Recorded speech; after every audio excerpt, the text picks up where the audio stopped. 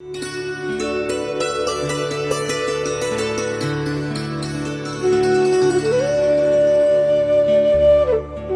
ब्रह्मा का पिता है, कौन विष्णु की मां, शंकर का दादा कौन है, हमको दे बता। ये जानने के लिए कृपया सुनिए जगत गुरु तत्वदर्शी संत रामपाल जी महाराज के अमृत वचन सर्व पवित्र धर्मों के पवित्र शास्त्रों के आधार पर। और अंत में मर कर रहा और राज रहा नहीं। और 15, 20, 30 वर्ष तक उसने खूब ठाठ राज भी किया, लेकिन उस राज के दौरान कितना पाप कर लिया। अब वो कंस जाने, उसकी जान जाने, का नरक में ठोकरा क्या होगा। तो यहाँ परमात्मा हमें याद दिलाते हैं कि ये झूठा यश है यहाँ का। अब प्रसंग था जैसे वो प्यारी आत्मा मुख्यमंत्री जी हेलीकॉप्टर में जा रहे थे और पता नहीं कि प्रत्येक के अंदर उमंग है, ये ऐसे करूँगा, उसको किसी को फांसी दूंगा, किसी को अच्छा दूंगा, किसी को लाभ दूंगा, वहाँ ऐसा कर दूंगा। और 1 सेकंड में अब क्या कर देगा, सारा हाहाकार मच गई। तो ये जीव काल के हाथों जब तक चढ़ा रहेगा, ये ऐसे धोखे में रखेगा। हमारा ही पुण्य, हम अपने ही पुण्य से प्राप्त करते हैं उच्च पद, राजपद या कोई सुख संपत्ति, और हम भगवान भूल जाते हैं। हम परमात्मा को भूल कर एक दूसरे के ऊपर आश्रित हो जाते हैं। इस मंत्री ने मुझे ऐसा दे दिया, इस मुख्यमंत्री ने मुझे ऐसा लाभ दे दिया। नहीं, तेरी किस्मत बिना कोई कलम नहीं चला सकता है, गारंटी देते हैं। कोई नहीं दे सकता, भगवान दे सकता है। तेरी किस्मत में नहीं है तो जो राजा को भी देता है। तो हम उस परमात्मा ने छोड़ के एक दूसरे पर आश्रित हो गए। जगत का पेखना पेखा, धनी का नाम ना लेखा। जगत का पेखना पेखा, धनी का नाम ना लेखा। हमने एक दूसरे के आश्रित हो गए। इसने मुझे ऐसा दे दिया, उसने ऐसे कर दिया, उसने मुझे ऐसा राहत दे दिया। अरे देने और दिलवाने वाला वो ही परमात्मा एक ही है, जिसको तू भूल चुका है। जगत का पेखना पेखा, धनी का नाम ना लेखा। जो तुम्हारा सब कुछ करा उसे तू भूल बैठे, उसका कितना जिक्र भी नहीं है। पुण्यात्मा, जो सत्ज्ञान तत्व ज्ञान से अपरिचित है, चाहे रंक है चाहे राजा है, सबकी यही दुर्दशा होगी। अब हम अपने उसी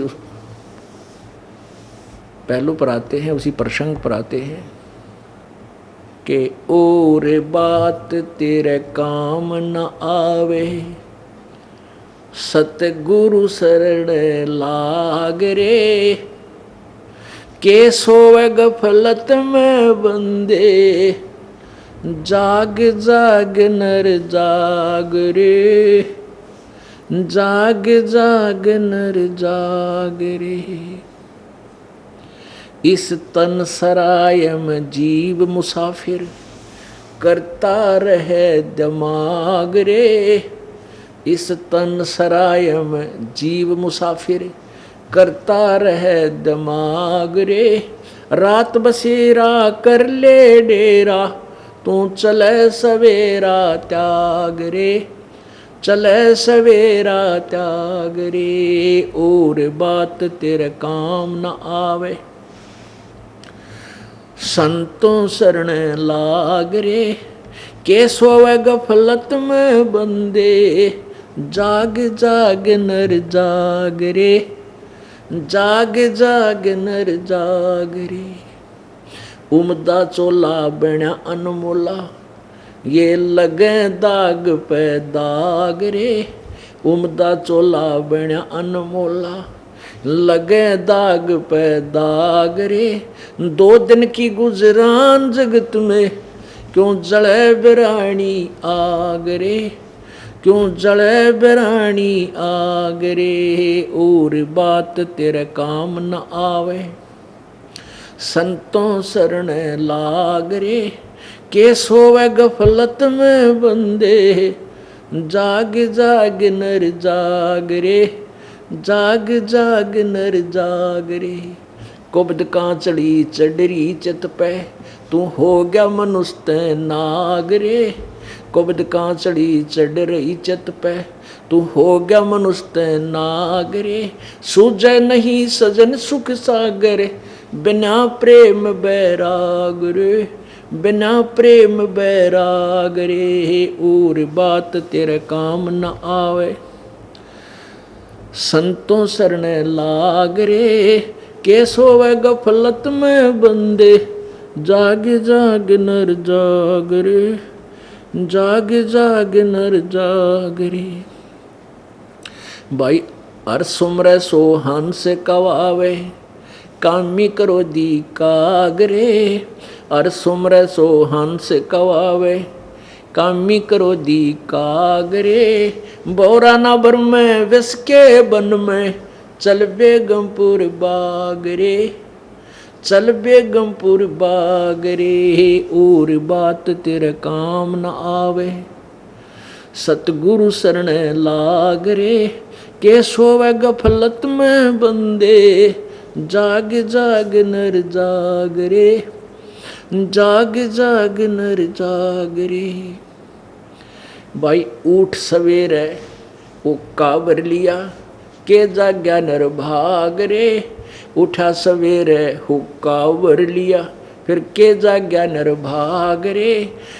सुक्रम किया ना को करी बंदगी, ये फुटे तेरे बाग रे, फुटे तेरे बाग रे। और बात तेरे काम न आवे, तू सतगुरु शरण लाग रे।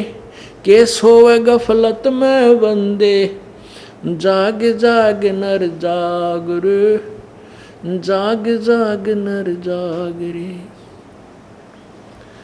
भाई शब्द सैन सतगुरु की पछाणी, ये पाया अटल सुहाग रे।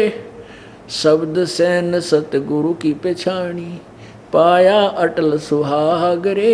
नतानंद महबूब गुमानी, परगट पूर्ण बाग रे, परगट पूर्ण बाग रे। और बात तेरे काम न आवे, सतगुरु शरण लाग रे। के सोवे गफलत में बंदे, जाग जाग नर जाग रे, जाग जाग नर जाग रे। सत साहिब अब क्या बताते हैं पुण्यात्माओं। ये जो वाणी है ये कबीर परमेश्वर की शब्दावली के अंदर, कबीर शब्दावली में लिखी हुई है। और इस नित्यानंद जी ये बहुत बाद में महात्मा हुए हैं। इन्होंने उन महापुरुष परमात्मा की वाणी को पढ़ के, इसमें ये शब्द नहीं है कि उठ सवेरे हुक्का भर लिया, के जाग्या नर भाग रे। ये परमात्मा की वाणी में है और परमात्मा की छाप अलग से है। फिर भी हमने अपना उल्लू सीधा करना है, हमने इस पचड़े में नहीं बनना पड़ना है। क्योंकि परमात्मा कबीर जी तो अथाह समुद्र दरिया हैं और उनकी वाणी को लेकर के सभी अपने अपने सत्संग वचन कर रहे हैं, लेकिन यथार्थ ज्ञान से वो कोसों दूर रहे। फिर भी उनका उद्देश्य यही रहा कुछ महापुरुषों का कि वो इनको दिशा ठीक देना चाहते थे समाज को, लेकिन स्वयं ही भ्रमित थे। अब हमने उन्हीं वाणियों को आधार लेकर अब अपनी दिशा निर्धारित करनी है। तो इसमें क्या बताया है कि और बात तेरा काम ना आवे, अब तू संतों शरण लाग रे।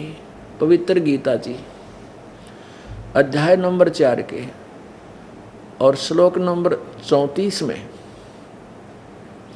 कहा है कि उस तत्व ज्ञान को तू तत्वदर्शी ज्ञानियों के पास जाकर समझ, उन तत्वदर्शी संतों को प्रणाम कर, कपट छोड़कर उनसे प्रसन्न कर नम्रता पूर्वक, तब वो तत्वदर्शी संत तुझे तत्व ज्ञान से परिचित कराएंगे। वो तत्व ज्ञान कौन सा है? और बात कौन सी है? और बात है अब आप देख रहे हो कि इलेक्शनों के चक्कर में कितनी भाग दौड़ हो रही है। अच्छा तो ठीक है, जो इलेक्शन लड़ रहे हैं वो तो ठीक दुखी, और उनके 10-10, 20-20 उपग्रह भी ठीक दुखी क्यों, उनके वही लाभ उठा सकते हैं। एक नेता का ज़्यादा से ज़्यादा एक नेता अपने सराउंडिंग वाले 10 व्यक्तियों को लाभ दे सकता है, और कोई मंत्री ज़्यादा से ज़्यादा 50 व्यक्तियों को लाभ दे सकता है, और मुख्यमंत्री ज़्यादा से ज़्यादा 100 व्यक्तियों को लाभ दे सकता है, इससे ज़्यादा नहीं। बाकी कोई नौकर लगा दिया, ये तो राजा की आवश्यकताएं हैं, दूसरा होगा वो भी लगा देगा, लेकिन उन 100 व्यक्तियों को वो कुछ ऐसे राहत दे सकता है, किसी को कोटा दे दिया, किसी को कुछ ठेका दे दिया, उससे वो पैसे कमा सकता है। लेकिन संत के पास जो लाभ है वो राजा 7 जन्म नहीं दे सकता, और उनको वही देगा राजा जिसके भाग्य में है, नहीं तो उसके चाहते हुए भी नहीं दे सकेगा उसको, चाहे कितना निकटतम साथी हो। तो हम क्यों ना परमात्मा से ही अपनी सारी डिमांड मांगे, पूरी करवावा, और राजा को फ्री छोड़ दें ताकि वो प्रोग्रेस के काम करे, वो अपना आपकी सुविधाएं तैयार करावे, सड़कें बनवावे, नहरें बनवावे, आपके लिए बिजली का प्रबंध कराओ, तो सेवक होता है राजा प्रजा का। लेकिन हम भगवान से दूर होकर उसी पर आश्रित हो गए और इन्हीं के पीछे चक्कर काटते रहते। अब अपने स्वार्थवश सारा दिन इधर के उधर, उधर के उधर। फिर जो बाकी बैठे हैं कहीं मंडली बना करके, भाई फलाना जीतेगा, ना वो नहीं जीत सकता, ना भाई पक्की बात से ला ले शरत, सारा दिन ये गप्पे, कुछ लेना नहीं देना। तो ऐसे ही फिर और बातें किसी और जगह सुना शुरू कर देंगे, भाई ऐसा सुना है, हमने तो ना सुना भाई, रख सुना क्यों नहीं, यानी एक बात का इतना लंबा इतिहास बना लेंगे, 2 घंटे में उनका फैसला नहीं और उठ कर चल पड़ेंगे। तो परमात्मा कहते हैं ये जो बातें हैं ये तेरा काम नहीं आवे, संतों के पास जा, वो अमृतवाणी समझ, उनसे वो ज्ञान ग्रहण कर, फिर भगवान की चर्चा कर, जहाँ बैठे वहीं पर ईश्वर की चर्चा कर, ताकि जो सुने उसके भी उद्धार हो, उसकी भी आत्मा निर्मल हो। तो इसलिए भगवान कहते हैं और बात तेरा काम ना आवे। और संत क्या देगा आपको, वो चीज़ देगा जो कोई भी नहीं दे सकता, आपको भगवान मिला होगा। और परमात्मा मिल गए सारे काम हो गए, यानी हमें कनेक्शन मिल गया पावर का, बिजली का, तो चक्की भी चल रहा है, और गंडासा भी छानी काटे, यानी पशुओं का चारा काटे, और पानी अपने आप निकले, बटन दाब दें, लाइट हो जा, प्रेस कर ले, हैं, दूध बिलो, हर तरह के ट्यूबवेल चले। तो हम पावर क्यों ना लें भगवान वाली, परमात्मा की पावर प्राप्त करें, जिससे हम अपने हाथ से जो कार्य करते थे वो पावर करेगी। ये दास आपको वो पावर का कनेक्शन देगा, ये उस परमेश्वर के पावर देने वाला एक लाइनमैन समझ लो, बिजली वाला। और जब तक ये दास तार नहीं जोड़ेगा इतने बिजली ना जा सकती आपके घर। तो ये दास को ड्यूटी दे रखी है सच्ची सरकार ने कि जो अपनी सारी टर्म एंड कंडीशन पूरी कर देगा उसको कनेक्शन दे दिया जाएगा परमात्मा की पावर का, और आगे उसको ठीक रखेगा तो पावर रहेगी। जब कनेक्शन तोड़ दिया तो कट ऑफ कर देंगे हम, ऑटोमेटिक कनेक्शन है परमात्मा, अपने आप कट जाएगा कनेक्शन, जिसने नाम तोड़ दिया, भंग कर दिया, मर्यादा भंग कर दी। तो हम क्यों ना उस परमात्मा से लाभ प्राप्त करें। उस परमात्मा का ज्ञान कौन से का, जो गीता ज्ञानदाता कहता है कि अर्जुन 8वें अध्याय के 7वें श्लोक में कि तू मेरी शरण में मेरी भक्ति कर और युद्ध भी कर और काम भी कर और मुझे प्राप्त होगा। और 8, 9, 10 श्लोक में 8वें अध्याय के 8, 9, 10 श्लोक में कहा कि जो उस परमात्मा की भक्ति करता, सच्चिदानंद घन परमेश्वर की जो उत्तम पुरुषत्व अन्य, वो भक्ति के बलते हैं, उस तत्व ज्ञान की भक्ति के आधार से उसी को प्राप्त होगा। उसके इस विषय में कहा कि अर्जुन 4थे अध्याय के 5वें श्लोक में, अर्जुन तेरे और मेरे बहुत जन्म हो चुके, तू नहीं जानता। और फिर कहा कि यदि तूने परम शांति चाहिए, जन्म मृत्यु सदा के लिए समाप्त करनी है, तो 15वें अध्याय के 1 से 4 में कहा कि वो परमात्मा ऊपर को जड़ वाला है, नीचे को तीनों संसार रूपी वृक्ष है, उसकी जो मुख्य जड़ जो है वो परमात्मा है। और इन सभी परमात्मा के सभी संसार रूपी वृक्ष के विषय में जो जानकारी देता है, भाई तना कौन भगवान है, जड़ कौन मालिक है, डार कौन है, शाखा कौन है, पत्ते क्या हैं, ये सभी विभाग बतावे उस संसार रूपी वृक्ष से। वो तत्वदर्शी संत है, सवेदवित। चौथे अध्याय के 34वें श्लोक में जिस तत्वदर्शी संत के विषय में कहा है उसकी पहचान बताई है 15वें अध्याय के प्रथम मंत्र में। और फिर तीसरे में कहा कि उस उलझी हुई गुत्थी को, इस अज्ञान रूप गुत्थी को उस तत्व ज्ञान रूपी या तत्व ज्ञान से परिचित संत के द्वारा समझ कर इसने सुलझा के, उलझी हुई को सुलझा के, उसके पश्चात उस परम पद परमेश्वर की खोज करनी चाहिए, जहाँ जाने के बाद ये साधक फिर कभी लौटकर संसार में नहीं आते, यानी पूर्ण मोक्ष प्राप्त कर लेते हैं। अब देखो गीता ज्ञान दाता अपने विषय में करा कि तुम तेरे और मेरे बहुत जन्म हो चुके, आगे भी होते रहेंगे, तू नहीं जानता मैं जानता हूं। चौथे अध्याय के 9वें श्लोक में कहा है कि मेरे जन्म और कर्म दिव्य हैं, अलौकिक हैं, बिल्कुल ठीक है। 10वें अध्याय के दूसरे श्लोक में क्या कहा कि अर्जुन मेरी उत्पत्ति को ये ऋषि और देवता नहीं जानते, क्योंकि ये मुझसे उत्पन्न, इनका अधिकार मैं ही हूँ। क्योंकि ये ब्रह्मा विष्णु महेश तक और नीचे के जितने भी ऋषि देवता हैं ये काल के संतान है, और पिता की उत्पत्ति को संतान नहीं जान सकता, लेकिन दादाजी बता देता है। तो कबीर परमेश्वर पूर्ण ब्रह्म ने आकर के ये सब निर्णय दिया है। तो उसके बाद क्या बताया है कि उसके पश्चात जब तूने उस तत्व ज्ञान मिल जा और तत्वदर्शी संत मिल जाता है, इस उलझी हुई गुत्थी को सुलझा के। अब क्या बताते हैं कबीर, नौमण सूत उर्जिया,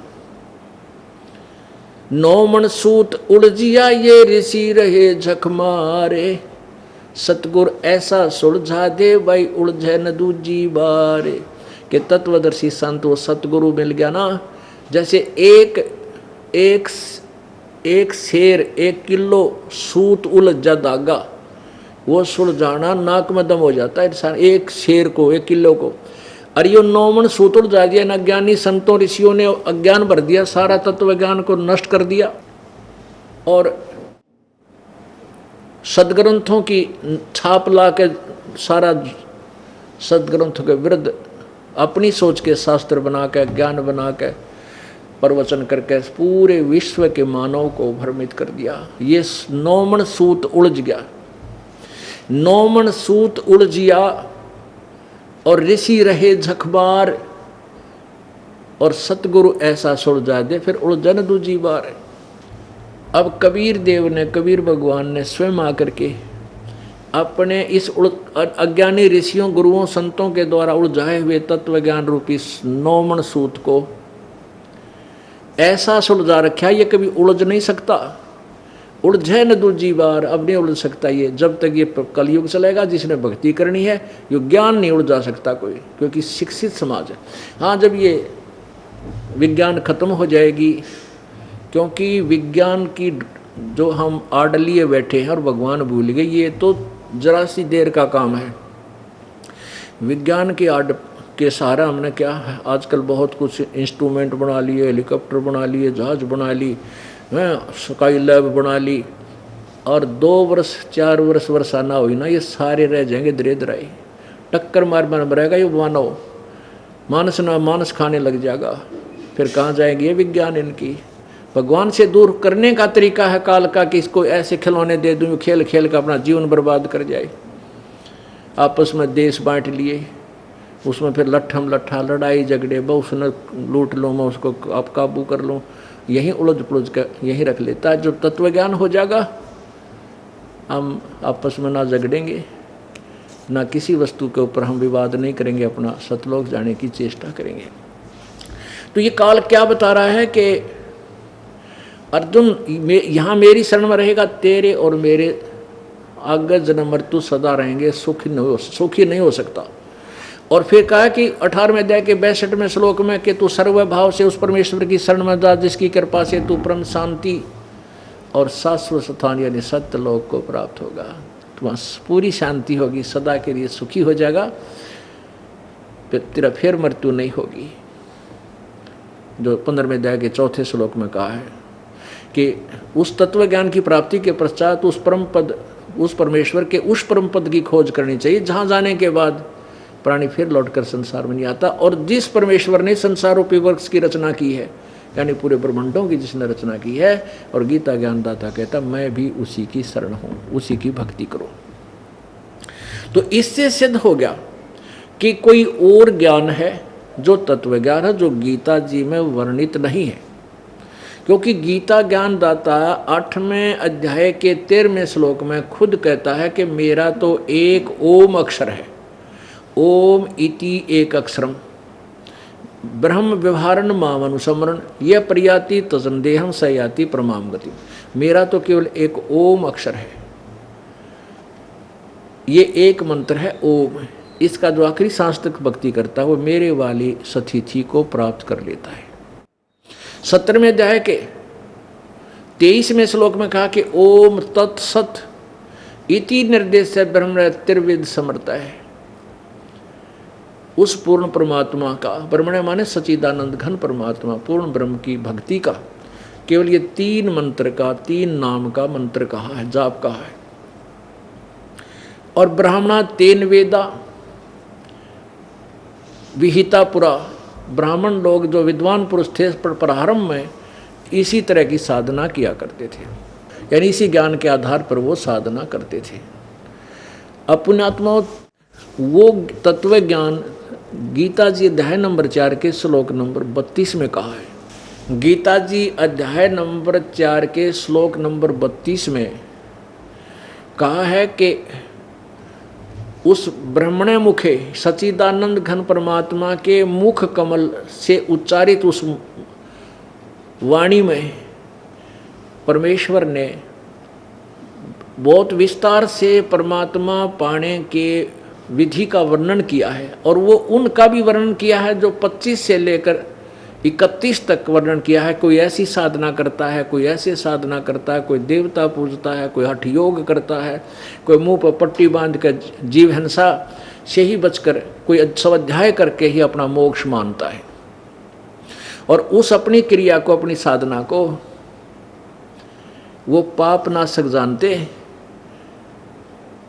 कहते हैं उस तत्व ज्ञान से तुझे पता लगेगा कौन सी साधना करने योग्य है और कौन सी ना करने योग्य। उसके विषय में क्या बताते हैं। अब वो साधना यानी वो वाणी कौन सी है जिसमें ये भी बताया है कि ये साधना करते हैं लेकिन यह करण की को ना, और ये भी बताया कि ये करनी चाहिए, वो सबसम वेद है, वो तत्व ज्ञान है, वो परमात्मा की वाणी में ही वर्णित है। वो कौन सी है। अवगत महल की सुन बात एका एक संगना साथ, ये है वो अमृतवाणी जो परमात्मा के मुखारविंद से उच्चारित है, कबीर भगवान की, यानी परमात्मा की वाणी, उन्हीं कबीर की वाणी। यानी जैसे आप क्या देखते हो आजकल, तो हमें ये ज्ञान समझाना परमेश्वर का बहुत आसान हो गया बुद्धिमान समाज को। एक मोबाइल से दूसरे मोबाइल फोन में एक ऐसे भेज देते हैं उसका मैसेज उसमें, और ऐसे फिल्म की फिल्म दूसरे में फैक्स न्यू की न्यू आ जाती है। ऐसे ही परमात्मा ने अपना तत्व ज्ञान संत गरीबदास जी के मोबाइल में भेज दिया अपने मत, और संत गरीबदास जी ने वही वाणी फिर उस मोबाइल में अपने मुखार में अपने उससे वाणी से परमात्मा की वाणी को अपने मोबाइल से बोला। क्या बोला। अवगत महल की सुन बात एका एक संग ने साथ, जहाँ से हुआ सकल जहान ओंकार पंच विमान। अवगत महल की सुन बात, उस सतलोक के विषय में जिसके विषय में कोई नहीं जानता, अवगत जिसकी गति से कोई परिचित नहीं है, उस महल उस स्थान सतलोक के विषय की सुन ले बात, तुझे बताता हूँ वहाँ वो क्या है और कहाँ जाया, कैसे उसके पास वहाँ जाया जाएगा। अवगत महल की सुन बात एका एक संगना साथ, जहाँ से हुआ सकल जहान ओंकार पंच विमान। ब्रह्मा विष्णु शंकर आदि अवगत ध्यान सुन समाहद, करतम ख्याल बाजी कीन, पांचों तत्व हैं गुण 3। कूरम कच्छ मच्छा कीन, धौलुर शेष शोभा दीन, धरणी गगन पानी पावन चंद्र सूर, 14 भुवन 84 लाख करतम जीव, कबीर आप समर्थ पीव। कबीर आप समर्थ पीव, उसने ये सभी रचना की। जासे हुआ सकल जहान, जिससे सब संसार बना है। और ब्रह्मा विष्णु शंकर आदि ये भी उसी का ध्यान लगा रहे हैं, परमात्मा प्राप्ति की ही साधना कर रहे हैं। लेकिन तत्व ज्ञान ना मिलने से आगे बताएंगे क्या क्या हानि होती है।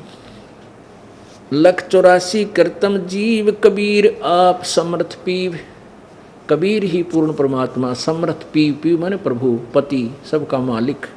सतगुरु किया कृत्रिम ख्याल, बाजी गैब गैबी चाल। ना दुर्बंद की है दे, जा मैं भरम कर्म संदेह। 5-25 तीनों माही, आवागमन हंसा जाई। अब ये परमात्मा कहते हैं तुम्हारे ये शरीर माता पिता के योग से शुक्रम कायम है, या परमात्मा का शुक्र अकायम है। शुक्रम अकायम शरीर है उसका, और इसमें ही ये जीव जन्मता और मरता रहता है। माया मूल का है बास, जोरा काल हंस गिरास। हंसा कौन विधि छूटे, के जोरा काल तिसे लूटे। सतगुरु मिले संत सुजान, तो या मिट्टे आवाजान। सतगुरु मिले संत सुजान, तब या मिट्टे आना जान, आवन जान, यानी जन्म और मृत्यु। सतगुरु मिलने संत सुजान, तो या मिट्टे आवाजान। वही गीता जी बोल रही है, वही प्रभु की वाणी बोल रही है। और प्रभु की वाणी और भी बोलेगी जो गीता नहीं बोल सकी है। आप देखना, सतगुरु मिलने संत सुजान, तो या मिट्टे आवाजान। नौदर मास कुंभी कुंड, हंसा सकल रुंडम मुंड। नेमी नेम कर भूले, अर्धमुख पीहिंग कस झूले। नेमी नेम कर भूले, अर्धमुख पींग कस झूले। पंच अग्नि लावे पीठ, सौदा ज्ञान सकल बसीठ। अब गीता जी अध्याय नंबर 4 के श्लोक नंबर 25 से लेकर और 30 तक कहा है कि कोई ऐसे साधना करता है, कोई हठ योग करता है, कोई केवल देवताओं की पूजा करता है, कोई स्वाध्याय से कोई मोक्षदायक मानता है, कोई कैसा करता है। अब उन्हीं की कहते हैं ये ज्ञान। फिर 4 अध्याय के 32वें श्लोक में कहा है कि इस प्रकार का ज्ञान जो कोई जैसी जैसी साधना करता है, और विस्तार से कहा है कि जो इससे लाभ है या हानि है, जो कर रहे हैं ये ठीक है या गलत है, इसका निर्णय उस परमात्मा के, उस सच्चिदानंद घन की वाणी में, उस परमेश्वर की वाणी में विस्तार से कहे। उस ज्ञान को 4 अध्याय के 34वें श्लोक में कहा कि तत्वदर्शी संतों के पास जाकर सुन। वो गीता जी से न्यारा है, जिसमें निर्णय भी दिया है कि ये गलत है। गीता में तो कह दिया कि ये ऐसा कर रहे हैं, ये ऐसा करें, लेकिन निर्णय नहीं दिया। इसमें वो निर्णय दिया है कि ये गलत है, ये गलत है, ये ठीक है। नेमी नेम कर भूले, अर्धमुख पींग कस झूले। नेमी जैसे कोई किसी ने किसी बात की प्रतिज्ञा कर ली, नेम कर लिया, मैं ऐसे करूँगा, मैं 1 महीना 6 महीना तक मौन रखूँगा, मैं 3 वर्ष खड़ा होकर तब करूँगा हैं। और कोई प्रतिदिन की अपना जो जाप नेम करते हैं, जैसे कोई गीता का पाठ करूँगा, कोई कहे मैं ये ऐसी वाणी पढ़ता रहूँगा, कोई वेदों के ये मंत्र जाप करूँगा। ये ऐसे उन्होंने अपनी मर्यादा नेम बना रखे अपने मनमुखी। तो कहते नेमी नेम कर भूले, अर्धमुख पींग कस झूले। कुछ ऐसे हैं जो अधर नीचे न मुँह करके, मुख कर ऊपर न पैर गालने, और पैरा न की तरह एक झूल डाल लेते हैं, झूला, उस पैरा न उस मोड़ जाले, और नीचे पैर रखें, सिर रखते हैं। एक तो सिरासन केवल सीधा ही रखते हैं, एक पींग डाल लेते हैं वृक्ष के नीचे, एक झूला, उस झूले में टांग मोड़ कर डाल लेते हैं। तो कहते हैं कुछ ऐसे कर रहे हैं। अग्नि पंच लगावें पीठ, सौदा ज्ञान सकल बसीठ। कुछ 5 धुने लगाकर 5 अग्नि 4 तरफ बाल कर उसी में तपते हैं। कहते हैं ये भी ज्ञान बिना आपका जो है ना व्यर्थ है। मुंडित जट्टा जुटम भेख डूब्या सकल बिना विवेक। कोई तो मुंडित है, कति उस तरह फिरवा रखा है और गोटम गोट हो रहे हैं, और कई बड़े बड़ी जटा और बाल रखवा रहे हैं, ऊपर कर दाढ़ी बढ़वा रहे हैं। कहते हैं चुंडित मुंडित जट्टा जुटम भेक डूब्या सकल बिना विवेक। मुंडित जिन्होंने मुंड बंडवा रखा है, और जटाजूट जो बड़ी बड़ी दाढ़ी और बाल बढ़ा रहे हैं, ये वेशभूषा जो बनाई है, कहते डूब्या सकल बिना विवेक। ये सब बिना तत्व ज्ञान के अपना जीवन व्यर्थ कर रहे हैं, डूब गए, भवसागर में रह जाएंगे। है वृक्त उदासी ऐन माया लागे मीठी सैन बागर बागम्बरिया अटंबर ऊंट सो तो बंधे तुनके बूट गुदरिया बने बहुरंग बिचरे फिरते हैं बेनंग। अब उनके बारे में बता रहा है, कोई कैसे साधना कर रहा है, कोई कैसे कर रहा है, कोई नंगा फिरन लग रहा है। अंतर लगी है झीनी के माया मूल की सीनी सोचत करें आसन जोग सतनाम बिना सब रोग।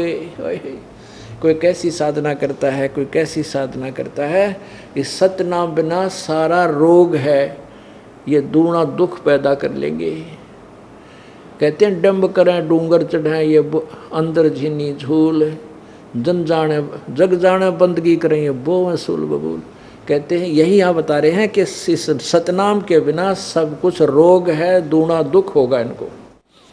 अलोनिया खात हैं नहीं लौण दीजे पीठ पर तिसगौण झरने बैठते हैं मोड पीछे जिम पंच ग्रासम रोड एक गुफाधारी सिद्ध सो तो पड़े जम के फंद। अब कितनी प्यारी व्याख्या कर रखी है इस परमेश्वर सच्चिदानंद घन की वाणी में, चौथे अध्याय गीता जी के 32वें श्लोक में जो वर्णन है, उस तत्व ज्ञान को ये दास आपको समझा रहा, परमेश्वर की वाणी को। क्या कहते हैं?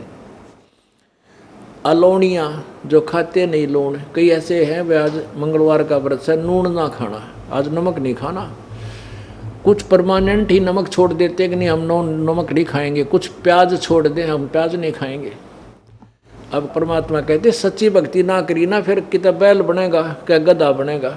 और तेरे ऊपर पहले ये नमक बना करते थे, अपना समुद्र के जल खारे जल को सुखा कर, फिर गधा पे ट्रांसपोर्टेशन पहला क्या था, ट्रांसपोर्ट नहीं थी, बैलों के ऊपर गधे जैसा एक थैला डाला करते और उनमें भर के, क्योंकि रास्ते थे नहीं, जंगल में जाना था, जंगल ज़्यादा होते थे, तो ऐसे लंबे कई सैकड़ों की संख्या में बैलों के ऊपर वो नमक डाल के या खच्चरों पे, बड़े खच्चरों पे तो थैला डाल के नमक भर के ला करते। कहते ईब तो तू नमक छोड़ रहा है, इसी अपनी अंतिम साधना मान रहा है, सच्ची साधना कर नहीं रहा, और फिर तू बैल या गधा बनेगा, खच्चर बनेगा, तेरे ऊपर नून का नमक का बोरा लद देगा, जब कित भागेगा, कमर टूट जाएगी और वो जख्म पर नमक गिरेगा, फिर कहाँ जाएगा। कहने का भाव ये है भाई ठीक भक्ति कर ले, समय दिया भगवान ने, मनुष्य जीवन बार बार नहीं मिलता। अब इसको तू अपनी सूझबूझ से और बर्बाद कर रहा, ठीक है, जब तक ज्ञान नहीं मिला डले ढोरे थे। अब ये दास परमात्मा के तत्व ज्ञान को आपको बता रहा है, और अब विरोध करते हो, थारी दूनी पिटाई बनेगी, फिर देख लेना। अब नहीं मान रहे आंखों देखकर, अपने स्वार्थ वश या अपने कोई महिमा के भूखे, उनको तो इस ऐसे नरक में डाला जाएगा जिसकी कोई कितने वर्षों तक उनको रखा जाएगा, कोई अंदाजा नहीं लगा सकते। ये सत्कर मान लेना, ठीक है, अनजानपने में गलती सब पर हो जावा होली, उसको माफ़ किया जा रहा है। परमात्मा हमें सत संदेश दे रहे हैं इस दास के माध्यम से, और अब स्वीकार नहीं कर रहे हो, फिर तो भाई जबरदस्त पिटाई के भागीदार बनोगे। अब क्या बताते हैं? अलोनिया खात हैं नहीं लौण दीजे पीठ पर तिस गुण, गुण माने बोरा, वो थैला, उसको गुण कहा करें अपनी लोकल लैंग्वेज में। झरने बैठते हैं मूड जिम पंचग्रासी मूड रूड, कुछ तो झरना के नीचे जहाँ ऊपर से पानी गिर रहा, नो बैठे नो, कहते ये नालायक उल्टी साधना कर रहे हैं। एक है गुफाधारी सिद्ध सो तो पड़े जम के फंद, एक है गुफा में बैठ कर को शुद्ध हवाई, वो नहीं बोलता किसी तो बड़ा शुद्ध पुरुष है, कहते हैं काल के फंद पड़ेंगे, तेरी साधना ठीक नहीं है। कुटीचर मांगते हैं चून जन्मना बीज बोया बोन, अर्पण करें बहुत आचार पोथी लिए खरका बार। ये शास्त्रार करते फिरा करते, पहला एक गधे का बाहर लेकर इतने शास्त्र ले जाते थे, ग्रंथ साथ रखा करते। कहते वो मंत्र तेरे पास है नहीं और ये इतना वजन उठाए फिर रहा, तू तेरी साधना गलत है। अर्पण करें बहुत आचार, पोथी लिए खरका बार, चिन्ह नहीं रमता राम, कुटन बह मुआ बेकाम। वो रमता राम वासुदेव, वो सर्वशक्तिमान कुल का मालिक, तूने उसको नहीं समझा। चिन्ह न रमता राम, कुटन बे मुआ बेकाम, बह मुआ बेकाम। अवगत आप है लौलीन, खोजी खोज कर आकीन। पहरे मुद्रा एक एक कान, जोगी जोग का निदान। कहते हैं पैरें बस एक मुद्रा गाली का नाम है, अरिस्त भगत बन गया तो साधु बन बैठा, और जोगी जोग का निधान है। तने योग का तो बिराय को नहीं, उसकी तरफ तेरी चेष्टा ही नहीं है। अब परमात्मा कबीर देव जी अपनी अमृतवाणी को संत गरीबदास जी के द्वारा कहा करके अब ये समझाना चाहे हैं कि जो साधना तुम कर रहे हो बच्चों या ठीक नहीं है, बस इतनी सी बात है। इसमें जो है अपन ये नहीं समझना चाहिए कि कबीर देव जी या ये दास उनकी वाणी को सुनाकर आप जी का विरोध या आपको की निंदा कर रहा है, लेकिन सत्य को आप तक पहुंचा रहा है। अब ये बताना चाहते हैं परमेश्वर कि कान में मुद्रा पहन ली मोटी मोटी, छल्ले से गाल लें गोल गोल से, तो भाई इस केवल इसको जो है ना वेशभूषा बनाते हैं, कान पढ़ान तो परमात्मा नहीं मिलेगा। उसमें क्या बताया कि जोगी जोग का निधान है। तूने योग तो प्राप्त हुआ नहीं अभी तक, वो जोग नहीं मिला। जैसे गीता जी अध्याय नंबर 2 के श्लोक नंबर 53 में कहा कि अर्जुन, जब भिन्न भिन्न प्रकार के भ्रमित करने वाले वचनों से तेरी बुद्धि एक तत्व ज्ञान पर रुक जाएगी, डट जाएगी, तू आश्रित हो जाएगा, तब तक तू योग को प्राप्त होगा, तब तक तू भजन के योग बनेगा, साधक बनेगा, जब तुझे योग प्राप्त होगा। तो यहाँ परमात्मा वही अपने सिंपल लैंग्वेज में भी यही इस सूक्ष्म वेद में, सूक्ष्म वेद में क्या कह रहे हैं, पहरे मुद्रा कान, जोगी जोग का निधान। कनफटिया लंग कलंदर कूर, अवगत महल साहेब दूर। कनफटिया कहते हैं एक कन पाड़े कलंदर, उस परमात्मा का मार्ग, उस साधना घर तो बहुत दूर है इस साधना से जो तू कर रहा है, परमात्मा प्राप्ति नहीं होगी। बर्मी भरम की बाजी, के भूले पंडिता काजी। इस काल ने पंडित और काजी यानी दोनों धर्मों के मार्गदर्शकों को ही भ्रमित किया हुआ है। ओए होए, देख कितनी प्यारी और सत्यवाणी है परमात्मा की। और इसको सदग्रंथ आपके वो सदग्रंथ सिद्ध करेंगे जिनको पवित्र हिंदू धर्म सत्य मानता था, पुराणों को और वेदों और गीता जी को। अब कहते हैं बर्मी भरम की बाजी, का भूले पंडिता काजी। सन्यासी उदासी जान पाया नहीं सतगुरु ज्ञान। ओहो, सन्यासी उदासी न सबको समझ ले, उनको सतगुरु का ज्ञान प्राप्त नहीं हुआ। वो डले डोए थे, वो कंकर डेले कंकर इकट्ठे करे थे, तत्व ज्ञान को छोड़ के सच्चाई से दूर सत साधना ना करें थे। परमात्मा क्या बताते हैं, चारों युग में हम पुकारे, कूक कहा हम घेल रे। हीरे माणक मोती बरसे, ये जग टुग चुगता ढेल रे। परमात्मा कहते हैं चारों युग में संत पुकारे और कूक कहा हम हेल रे। मेरे संतों ने भी चारों युगों में आवाज़ लगाई है और हमने भी ऐसे ही आवाज़ लगा लगा कर दुनिया को इस तत्व ज्ञान रूपी हीरे मोती बरसाए। लेकिन ये इस तत्व ज्ञान रूपी हीरे मोतियों से अपरिचित होने के कारण उन हीरे मोतियों को जो कीमती वस्तु उसको ना उठाकर कंकर पत्थर उठाकर अपने थैले भर रहे हैं। सन्यासी उदासी जान पाया ना ही सतगुरु ज्ञान। एक तर्क त्यागी तीर, अंदर बहुत माया भीर। एक दंडधारी डाग बन के कीजिएंगे बाग। एक दंडधारी, एक दंडी स्वामी लठ न ठाया रहेगा, उसका सब बढ़िया तरह उसकी सफाई सफाई कर आदर से रखेगा और ज़मीन पर नहीं रखेगा, या कि तो ऊपर खुट्टी पर टांगेगा या कि तो अच्छे आसन पर रखेगा। उस लाठिए का चपटारेगा कि इसकी सत्कार करना है, और भक्ति भूल रहा, वास्तविक भक्ति उसके पास है नहीं। एक दंडधारी डाग बन के कीजिएंगे बाग। कहते जो सत साधना नहीं करते और अपान उपासना करके केवल एक उलट नली आंडे हैं, घूम रहे हैं, वो फिर कहते हैं जंगल में बाग बनाए जाएंगे, और उस वो लकड़ वहीं लठाएगा चपटे रही हो। फिर एक दंडधारी डाग बन के कीजिएंगे बाग, मौनी मौनी आ रहते एक दोजिक धुंध में बहते, पौनी करें पौन उपास नाम बिन तोड़ते हैं श्वास। कितनी प्यारी व्याख्या दी है। गीता जी अध्याय नंबर 4 के श्लोक नंबर 32 में कहा है कि जो तूने अभी ज्ञान सुना है, 25 श्लोक 25 से लेकर 30 तक, इस प्रकार का ज्ञान उस सच्चिदानंद घन की वाणी में विस्तार से कहा, उसने सुनना। और वो ज्ञान चौथे जगह 34वें श्लोक में कहा कि उस तत्व ज्ञान को तू तत्वदर्शी संतों से जाकर समझ, उनको विनम्र भाव से प्रार्थना कर दे, वो गुड़ रह से बताओगे तेरे ते। पुण्यात्माओं क्या बताया है, कुछ साधना ऐसे करते हैं केवल पान अपान, जैसे थोड़ा सा बताना पड़ेगा, क्योंकि इस तत्व ज्ञान को हम तभी देख पाएंगे जब सदग्रंथों वाली ऐनक लावांगे, सदग्रंथों वाले चश्मे हम पहनेंगे, तब हम तत्व ज्ञान को देखेंगे, समझेंगे, उसको सत्य मानेंगे। देखिएगा पवित्र गीता जी, श्रीमद् भगवत गीता, जय दयाल गोविंद का इसके अनुवादक हैं। गीता प्रेस गोरखपुर से यह प्रकाशित है। ये वही है प्रकाशक में मुद्रक, गीता प्रेस गोरखपुर, कोलकाता का संस्थान, गोविंद भवन करेल कोलकाता स्थान। इसके अध्याय नंबर 4 का अब श्लोक नंबर हम यहाँ से देखेंगे, 32 को देखते हैं, फिर आगे देखेंगे 32।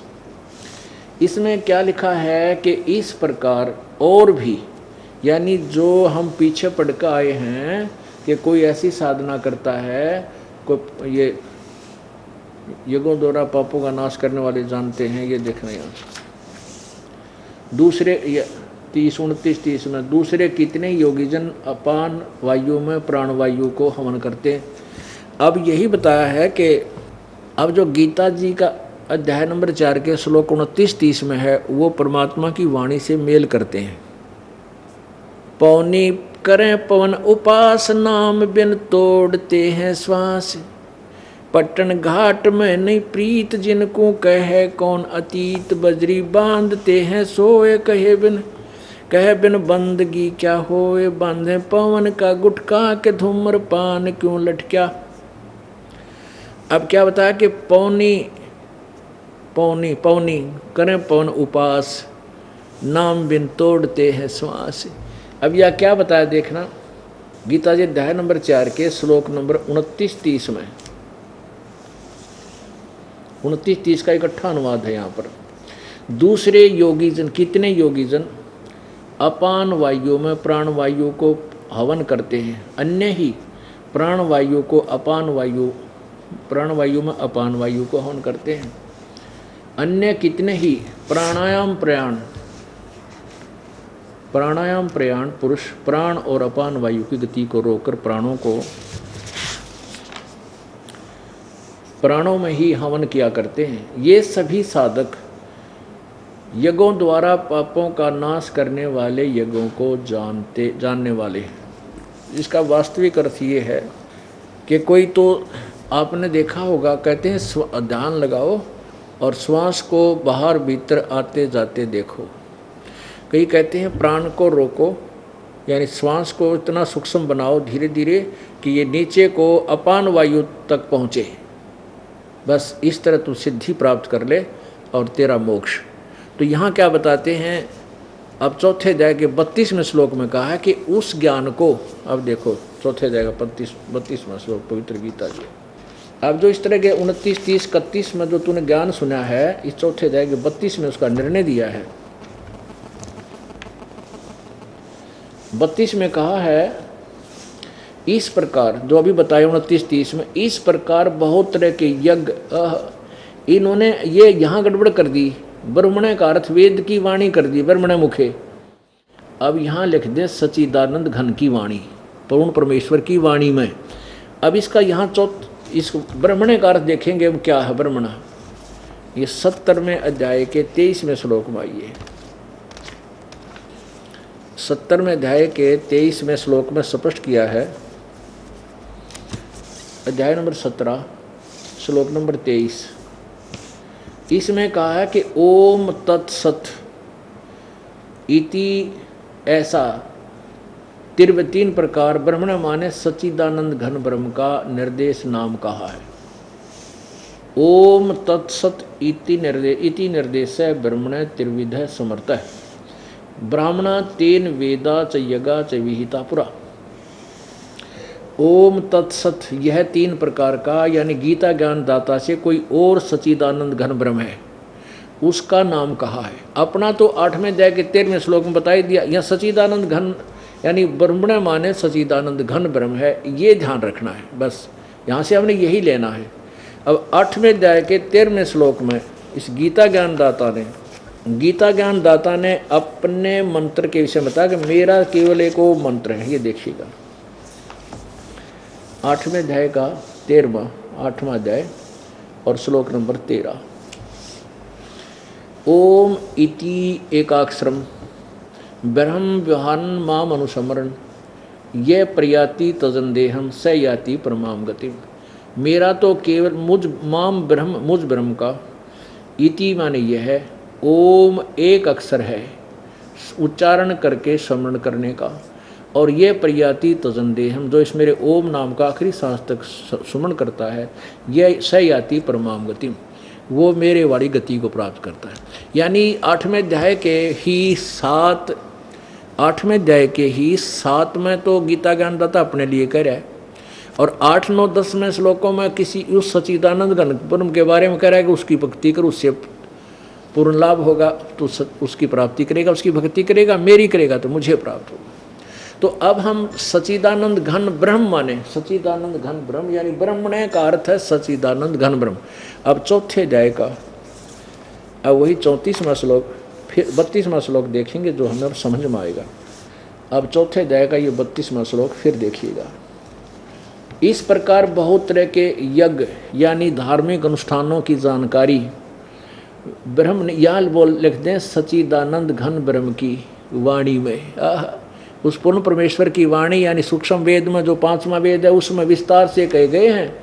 उन सब को तू कर्म जान यानी काम करते करते संपन्न होने वाले जान का यानी हठ योग से नहीं, मन इंद्रिय और शारीरिक क्रियाओं द्वारा संपन्न होने वाले जान।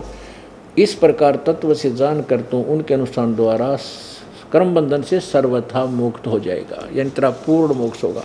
और फिर उस ज्ञान को 34वें में कहा कि इस ज्ञान को, ये अध्याय नंबर 4 का श्लोक नंबर 34, कि उस तत्व ज्ञान को जो सच्चिदानंद घन की वाणी में कहा है, उस तत्वदर्शी ज्ञानियों के पास जाकर समझ, उनको भली भांति दंडवत प्रणाम करने से, उनकी सेवा करने से, कपट छोड़कर सरलतापूर्वक प्रश्न करने से वे परमात्म तत्व को भली भांति जानने वाले ज्ञानी महात्मा तुझे तत्व ज्ञान का उपदेश करेंगे। हाय हाय, कितना क्लियर कंसेप्ट कर रखा है गीता जी ने, तक तोड़ पाड़ रखे। ये सचमुच ये सदग्रंथ सिर पर धरने जोगा था, श्रोधार्य था, लेकिन ये इसको पढ़ने और लिखने वाले तक भी इससे परिचित नहीं थे। ओए होए, लेखक व्यास जी और पढ़ने वाले हम और तुम जब तक तत्व ज्ञान से अपरिचित थी, ये भी इस तत्व ज्ञान से को नहीं समझ सके गीता जी में क्या संदेश दे रही है। अब यहाँ फिर एक बात बिगड़ेगी कि ले भाई, यो अपने आप को रामपाल पता नहीं क्या समझ रहा है, अपने आप को सबसे विद्वान समझ रहा है, और सभी को कहते हैं इनको ज्ञान नहीं था। ब्रह्मा विष्णु महेश को भी ज्ञान नहीं था, ऋषियों को भी ज्ञान नहीं था, व्यास को भी ज्ञान नहीं था। दास ना तो बनार ना बिगड़ा, दास तो दास है, लेकिन सदग्रंथों में जो लिखा है वो सच्चाई आपके समक्ष रूबरू कर रहा हूँ। बुद्धिमान समाज आप समझ जाएगा ये दास के में बढ़ रहा है या अभिमान करता कि नहीं। ना तो इसमें अभिमान तो वो करे जिसकी अपनी कोई नया ज्ञान दिया हो। ये तो सदग्रंथों में लिखा हुआ था, छुपा हुआ था, आज हमने मिल गया। इसको सारे इस खजाने को लूटो ही तो तब भी ख़त्म नहीं होने वाला है। सारा विश्व लूट ले तो भी एक आध्यात्मिक खजाना कभी इसका लॉस नहीं होता, दूना बढ़ता जाता है। अब देखिएगा कि ब्रह्मा विष्णु महेश कितने विद्वान थे, क्योंकि ये प्रसंग ऐसा है, ये सीडी सत्संग की संसार में भक्तों में जा रही हैं, और जो सुन रहा है पढ़ रहा है उसको उसी समय इसका जवाब मिल जाएगा, तो वो पुण्यात्मा अपनी दिशा बदल लेगा, सच्चाई को ग्रहण कर लेगा। इसलिए बार बार इन सदग्रंथों को रूबरू किया जा रहा है आपके। ये देखिएगा, ये श्रीमद् देवी भागवत यानी देवी पुराण, ये कहाँ से प्रकाशित है?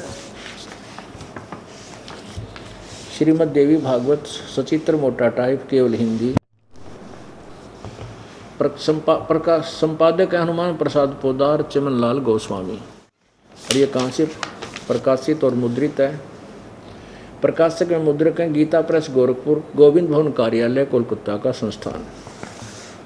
इसके 28 पृष्ठ पर देखो, आपको पता चलेगा कि ब्रह्मा विष्णु महेश जी कितने विद्वान थे। ये देखिएगा, पहला स्कंद और प्रश्न नंबर 28 और यहाँ 28 से यहाँ से है। नारद जी ने कहा, महाभाग व्यास जी, इस विषय में जो पूछ रहे हो ठीक, यही प्रश्न मेरे पिताजी ने भगवान श्री हरि यानी विष्णु जी से किया था। देवादिदेव भगवान जगत के स्वामी हैं, लक्ष्मी जी उनकी सेवा में उपस्थित रहती हैं, दिव्य कौष्टमणि उनकी शोभा बढ़ाती है, वे शंख चक्र और गदा लिए रहते हैं, पीताम्बर धारण करते हैं, 4 भुजाएं हैं, वत्स स्थल पर श्री वत्स का चिन्ह चमकता रहता है, वे चराचर जगत के आश्रय दाता हैं। ओह, अब नारद जी व्यास जी ने ज्ञान दे रहा है, नारद जी के कह रहा है कि वो विष्णु ही सब सारे जगत के आश्रयदाता हैं, जगत गुरु एवं देवताओं के भी देवता हैं। वे जगत प्रभु भगवान श्री हरि महान तप कर रहे थे, उनकी समाधि लगी थी। यह देखकर मेरे पिता ब्रह्मा जी को बड़ा आश्चर्य हुआ, अतः उन्हें देखकर उनकी जानने की इच्छा प्रकट की। ब्रह्मा जी ने पूछा, प्रभु आप देवताओं के अध्यक्ष, जगत के स्वामी, भूत भविष्य एवं वर्तमान सभी जीवों के एकमात्र शासक हैं, भगवान फिर आप क्यों तपस्या कर रहे हैं और किस देवता की आराधना में ध्यान मग्न है? मुझे असीम आश्चर्य तो ये हो रहा है कि आप देवेश्वर और एवं सारे संसार के शासक होते हुए भी समाधि लगाए बैठे। अब देखो, अब क्या जवाब देते हैं? 29वें, विष्णु जी के ज्ञान को समझे, कितना ज्ञान था हमारे भगवान को। मुझे विष्णु जी कह रहे हैं कि मुझे, हाँ यहाँ देखिएगा, ब्रह्मा जी के विनीत वचन सुनकर भगवान श्री हरि उनसे कहने लगे, ब्रह्मन सावधान होकर सुनो, मैं अपने मन का विचार व्यक्त करता हूँ। क्या बताते हैं कि मुझे सब प्रकार से शक्ति यानी दुर्गा के अधीन होकर रहना पड़ता है, उन्हीं भगवती शक्ति का मैं निरंतर ध्यान किया करता हूँ, और ब्रह्मा जी मेरी जानकारी में इन भगवती शक्ति यानी दुर्गा से बढ़कर दूसरे कोई देवता नहीं। अब जय हो श्री विष्णु भगवान के ज्ञान की। ये कहते हैं कि मैं दुर्गा से ऊपर कोई भगवान नहीं मानता, मेरी जानकारी में से ऊपर कोई परमात्मा नहीं है। अब ये दुर्गा जी कहती है कि उस ब्रह्म का ध्यान करो, वो कोई और परमात्मा जो पूजा की योग्य है, और सब त्याग दो और कोई मत साधना मत करो। वो कहाँ पर है? 562 पृष्ठ पर इसी पवित्र सदग्रंथ में। ये है 7वां स्कंद और पृष्ठ नंबर 562, और ये 7वां स्कंद अध्याय 36, क्योंकि यहाँ 35 समाप्त हुआ और ये 36 प्रारंभ हुआ। देवी द्वारा हिमालय को ज्ञानोपदेश, ब्रह्म स्वरूप का वर्णन। श्री देवी जी कहने लगी, पर्वतराज, इस प्रकार योग युक्त होकर मुझ ब्रह्म स्वरूपा देवी का ध्यान करें। यहाँ देखो, ये अपना भी ध्यान बता रही है, फिर वास्तव में करिए नहीं, पूजा की योग तो कोई और ही है। यह ध्यान आसन पर भली भांति बैठकर अतुकी भक्ति से करना चाहिए। अच्छा, कहते उस ब्रह्म का क्या स्वरूप है यह बतलाया जाता है। वह जो प्रकाश रूप, सबके अत्यंत समीप में स्थित, हृदय रूप गुहा में स्थित होने के कारण गुहाचर नाम से प्रसिद्ध और महान पद अर्थात परम प्राप्य है। वह समस्त प्रजा के ज्ञान से परे है, अर्थात किसी की बुद्धि में आने वाला नहीं है, तुम जानो। ये आगे बहुत कुछ दे रखा है। आगे क्या बताया है, वही सबके प्राण है, वह सबकी वाणी है, जो परम प्रकाश रूप है, जो सूक्ष्म से अत्यंत सूक्ष्म है, जिसमें संपूर्ण लोक और लोकों में निवास करने वाले प्राणी स्थित हैं, वही यह अक्षर ब्रह्म है। अब देवी विचलित है, ब्रह्म को कहीं अक्षर ब्रह्म कह रही है, कहीं ब्रह्म कह रही है। और वही सबके प्राण है, वही सबकी वाणी है, और वही सबके मन है। वह यह परम सत्य और अमृत अविनाशी तत्व है। सौम्य उस वेदने योग्य लक्ष्य का तुम वेदन करो, मन लगाकर उसमें तन्मय हो जाओ। सौम्य उपनिषदों में कथित महान अस्त्र रूप धनुष लेकर उस पर उपासना द्वारा तीक्ष्ण किया हुआ बाण संधान करो, और फिर भावना गुप्त चित्त के द्वारा उस बाण को खींचकर उस अक्षर रूप ब्रह्म को लक्ष्य बनाकर वेधन करो। परवण ओम तो धनुष है, जीवात्मा बाण है, और ब्रह्म को उसका लक्ष्य कहा जाता है। एकमात्र परमात्मा को ही जानो, दूसरी सब बातें छोड़ दो। अपने आत्माओं देखो, भगवान विष्णु जी तो कह रहे हैं ब्रह्मा जी ने कि मैं तो देवी तो ऊपर कोई भगवान नहीं जानता, इसका आगे मुझे जानकारी नहीं। और दुर्गा कहती है कि उस ब्रह्म की पूजा करो, वो उसका नाम है, उसी को उद्देश्य बनाओ और सब साधना छोड़ दो। ओहो हे परमात्मा। अब यहाँ वो वाणी सिद्ध होगी परमात्मा की कि सतगुरु बिन काहू न पाया ज्ञाना, जो थोथा वो छड़े किसाना। आगे देखो, इसी 563 पृष्ठ चल रहा है ये। उस एकमात्र परमात्मा को ही जानो, ब्रह्म को, दूसरी सब बातें छोड़ दो। यही अमृत रूप परमात्मा के पास पहुंचने का पुल है। और वो कहाँ रहता है? वह यह सबका आत्मा ब्रह्मलोक रूप दिव्य आकाश में स्थित है। वो ब्रह्मलोक में रहता है, वो ब्रह्म